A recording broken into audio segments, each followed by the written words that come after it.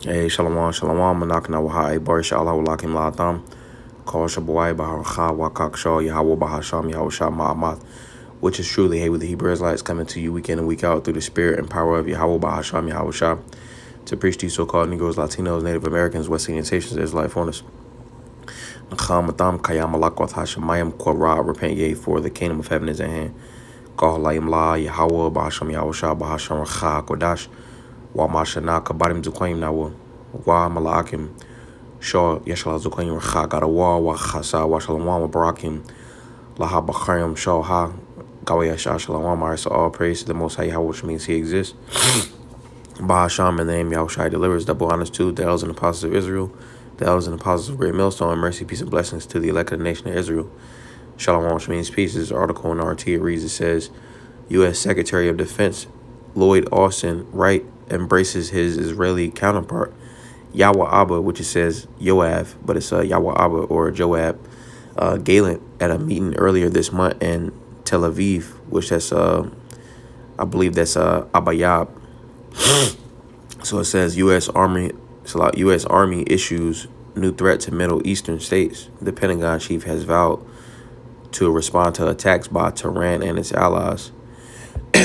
It says U.S. Secretary of Defense Lloyd Austin has warned that American forces in the Middle East face increased risk of being attacked as Iran and its allies in the region look to exploit the turmoil created by the Yasha'Allah wa Hamas war. Laham, all right? So it says bases housing U.S. troops in Iraq and Syria have already been targeted in rocket and drone attacks in recent days, and the Pentagon is concerned about further escalation of the Yasha'Allah crisis.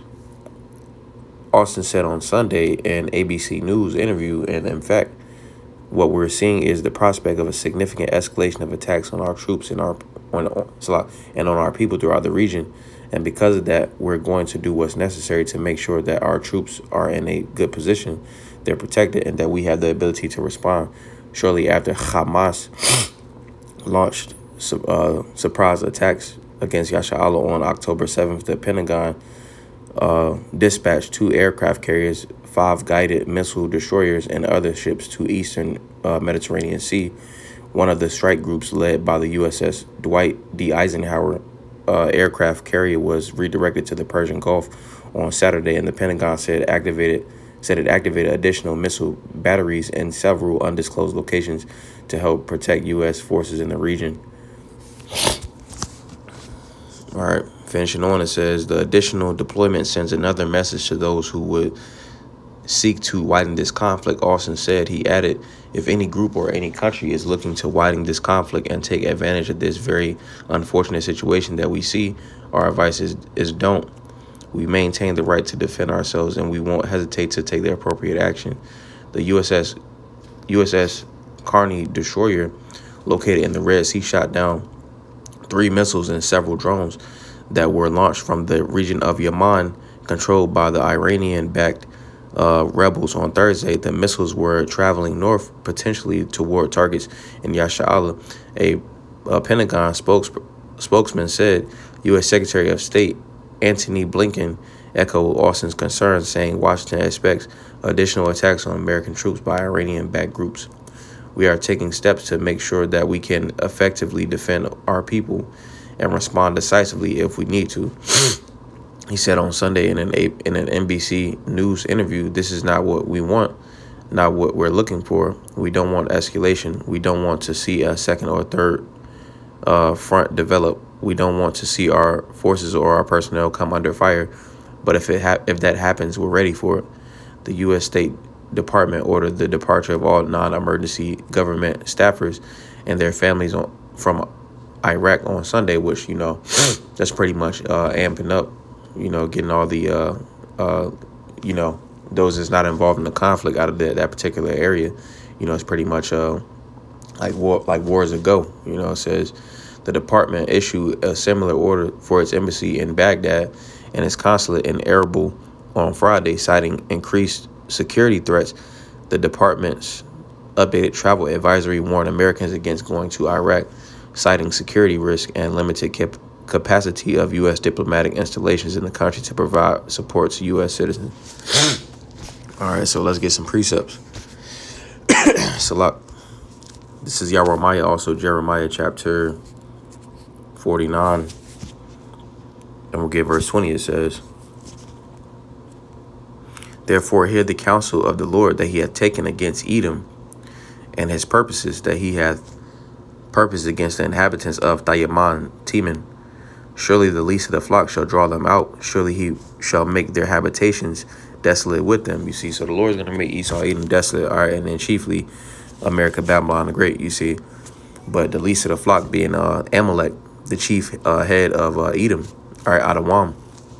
They're going to pull the rest of these nations into this. They're going to pull America into this war, you know, specifically America.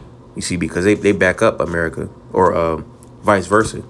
You know, they're allies. All right, that's why they're pretty much over in that area, and that's why America is pulling their troops, or pulling, you know, making moves in the Middle East because of that, because they're allies. You know, let's get another one. This is Jeremiah chapter 50, also Jeremiah 50 and verse 45. So it says, "Therefore hear ye the counsel of the Lord that he hath taken against Babylon, and his purposes that he hath purposed against the land of the Chaldeans. Surely the least of the flock shall draw them out. Surely he shall make their habitation desolate with them." You see, so the least of the flock, all right, being the chief head, Amalek is going to pull America, Babylon the Great into the war. You see, but before everything pops off, ultimately, all right, they're gonna have to drop that Karagma.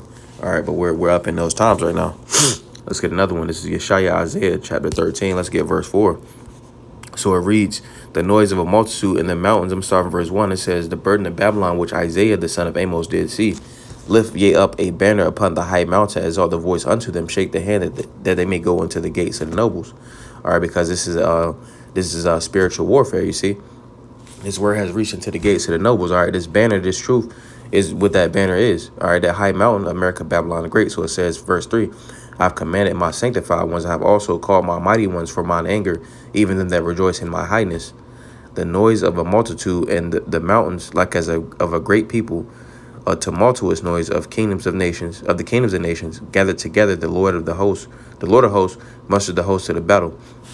And that's pretty much why we see everybody mounting up. You see, for that third ward's woe, you know, and that's why we see Hanahar Parath, you know, drying up the river Euphrates, all right, for that last war. All right, let's get another one. This is Yahweh Allah Joel chapter 3, and let's get verse 2. It says, "I will also," verse 1, "For behold," this is Joel 3 and 1, "For behold, in those days, in that time, I shall bring again the captivity of Yahweh wa Yerushalayim and Jerusalem." All right, Yahweh Judah.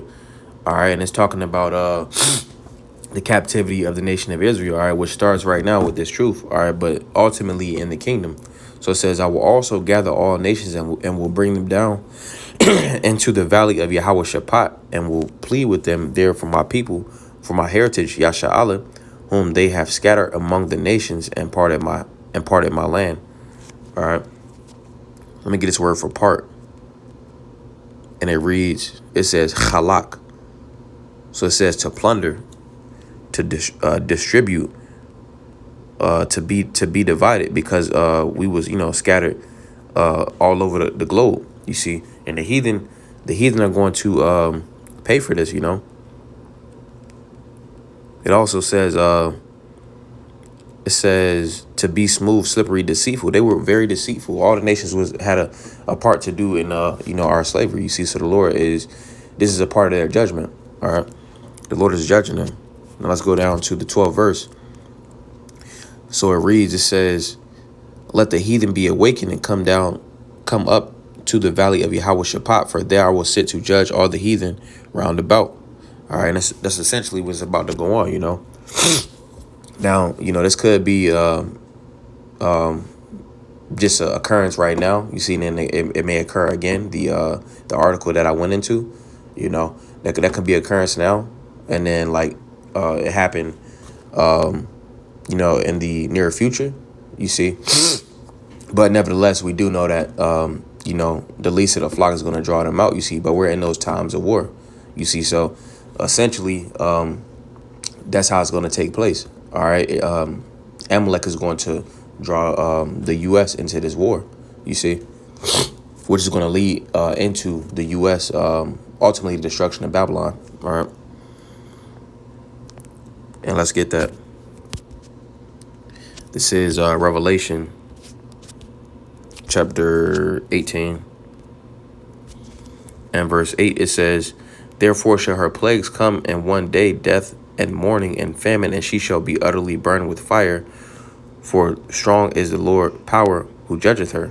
All right, so Babylon, all right, the place that takes on the ancient ways of Babylon, all right, the U.S., all right, is going to be utterly burned with fire. All right, that's the place that's mentioned in Revelation 18 and 8. All right, and that's essentially what's going to go down in the end.